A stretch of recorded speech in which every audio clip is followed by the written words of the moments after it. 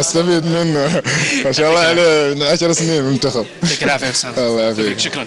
نشكر الكابتن اسامه هوساوي. الان ننتقل للزميل عبد الرحمن دحيم مع اسامه اخر، اسامه المولد. عبد الرحمن تفضل. شكرا لك فيصل. واسامه اخر بس اسمه جميل، اسامه المولد. ابو بدر رحب فيك. بعد ما اوصل لك معلومه اسامه هوساوي انه 10 سنين ما شاء الله لك في المنتخب السعودي، بس الحمد لله اليوم كان يوم جميل بصراحه. اسامه كنا فاقدين ايام جميله كثيره، بس اليوم واضح ان في ناس ناويه ترجع على الشيء اللي كنا نعرفه عنه. أول شيء بسم الله الرحمن الرحيم، الحمد لله على الثلاث نقاط دي كانت مهمه لنا. زي ما قلت يعني شويه رجعنا من الفوز والفرحه شويه، يعني ما بنزيد في الفرحه لسه باقي لنا، يعني ما سوينا شيء لسه باقي. كابتن عشان ننسى المباراه اليوم، واضح انه الفريق اللي فاز على منتخب استراليا المنتخب العماني انه فريق تغير، الفريق برضه هو استيقظ. يعني احنا مقبلين على مباراه يوم الثلاث، مباراه من اهم المباريات. احنا ايش المطلوب منا في المباراه كابتن؟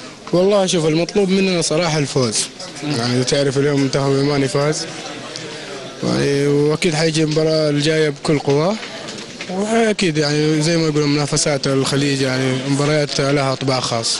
كابتن ما سالت ولا واحد من زملائك هالسؤال، لكن بسالك انت، ايش اللي صار في اخر الدقائق في المباراه؟ يعني اللي صار بالضبط وشو؟ والله ما زي ما انت احتكاك طبيعي يعني احتكاك طبيعي تحصل في كرة القدم، يعني احتكاكات يعني لا اكثر لا اقل. طيب وش اجمل جول اليوم؟ طبعا اكيد نور بلنتي، خلينا نخليه على جنب. فريدي ولا هزازي؟ احرجتك صح؟ والله شوف جول نايف برضه حلو، يعني انا ما قلت انا اسالك الحين.